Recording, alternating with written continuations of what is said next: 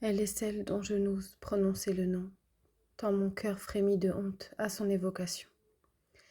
Elle est mon réconfort quand je vacille, ma terre ferme dans l'épreuve, mon asile.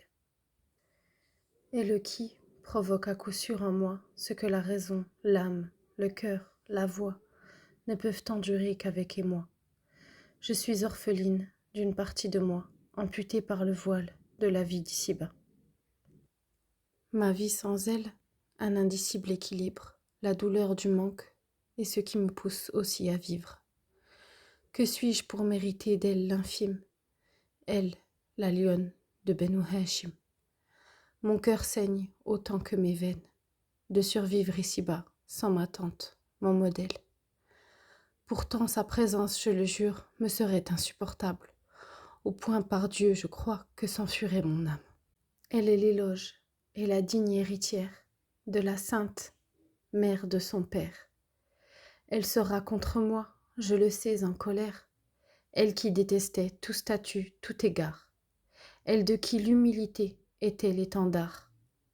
Mais mon cœur débordant doit s'épancher parfois, et je sais, à coup sûr, quelle intention la réconciliera. À qui prétend l'aimer, je demande l'attention, à qui espère peut-être son intercession. Zeynep, mon Dieu, que t'écrire m'est lourd, toi qui, je l'avoue, fais croître en moi l'amour. En hommage à ta tante, tu fus nommée, elle à qui tu voulais tant ressembler. Tu perdis, petite fille, tes êtres les plus chers, à ton cœur non seulement, mais à l'existence tout entière. Ta plus grande perte, celle de ton grand-père, pure miséricorde pour les univers. Puis celle de celui dont la rigueur t'a éduqué, Al-Hassan, le maître par lequel la Oumma fut unifiée. Ce qui était attendu de toi était plus noble et valeureux que ce que l'on songerait avec effroi, un dépôt lourd et coûteux. Tu étais force dès ta plus tendre enfance. Beaucoup y voient le fruit de la chance. Ils pensent que ta lignée de pureté te rendait la mer simple à supporter. Mais qui leur dira combien tu te voyais faible face à la lourdeur du destin? Combien parfois ton cœur tremblait face aux épreuves du lendemain? Et qui saura combien de larmes dans tes nuits de prière ont coulé? Tu t'es parfois vu sans armes face aux épreuves, assiégé, suppliant l'unique de te fortifier afin d'honorer tes bien-aimés. Les ignorants penseront que mes mots te rabaissent, prétendant la passion, ton chemin ils délaissent. Fidèle, tu te rappelais ces talons bénis et ces pleurs incessants. Ummati, Ummati, implorait-il ardemment. Comment ne pas à ton tour la chérir et l'aimer, alors que dans son cœur, elle prédominait? Tu savais que quiconque minimisait un croyant devrait en rendre compte au jour du jugement. Et qui pourrait avoir l'audace et la prétention de faire face au bien-aimé de Dieu dans cette situation? La mère des pauvres, on te surnommait. Jamais près d'eux, tu ne te lassais. Malgré la douleur, épuisée, éprouvée, tu n'acceptais d'être secondée. Tu étais la plus douce et la plus aimée, toi qui portais ce que personne n'aurait enduré. Tu te dédiais à protéger de ton grand-père la postérité. Tu les as vus, tour à tour, assassinés, torturés, décimés, soumises à ton Seigneur et à son décret. Deux choses au plus profond de toi t'insupportaient.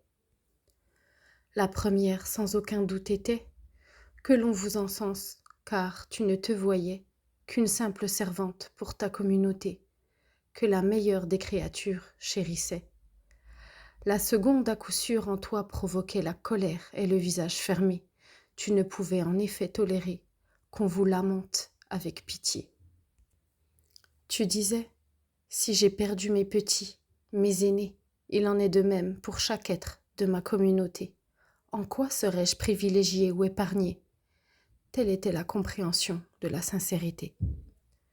Puits de science intarissable, tu transmettais l'essence profonde du Coran qui jamais ne te quittait. Ma famille de ce dernier ne se sépareront jamais. Ils sont ce que j'ai laissé parmi vous pour vous guider. Tenez-y fermement, disait notre bien-aimé. Ash-Shafi'i, et qui peut le minimiser, dira de toi, la réelle enseignante elle était.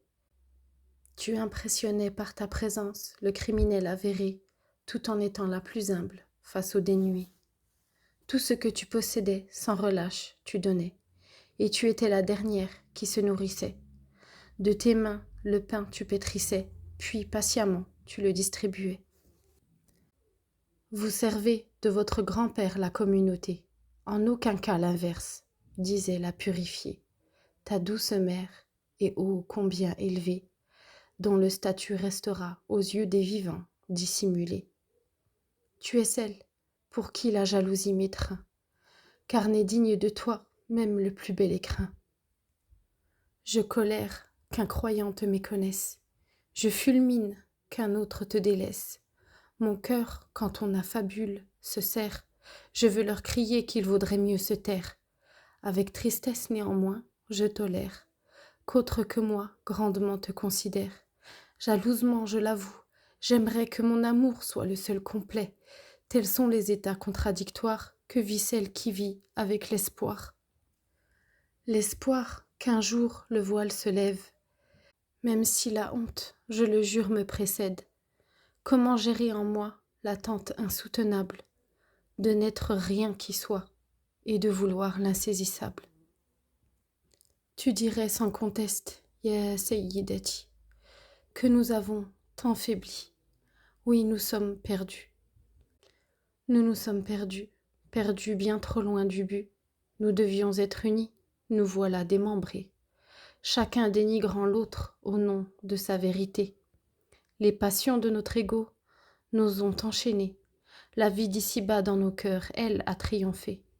Nous avons soigné l'apparence et perdu le sens, scrutant l'autre, prétendant l'opulence, aveugle de notre propre indigence. À quiconque veut atteindre la guidance, je donnerai ce conseil immense. S'il est autre ennemi en dehors de toi, tu t'es certes aveuglé sur ton état. Qui travaille à sa propre réforme ne désire plus blâmer d'autres hommes.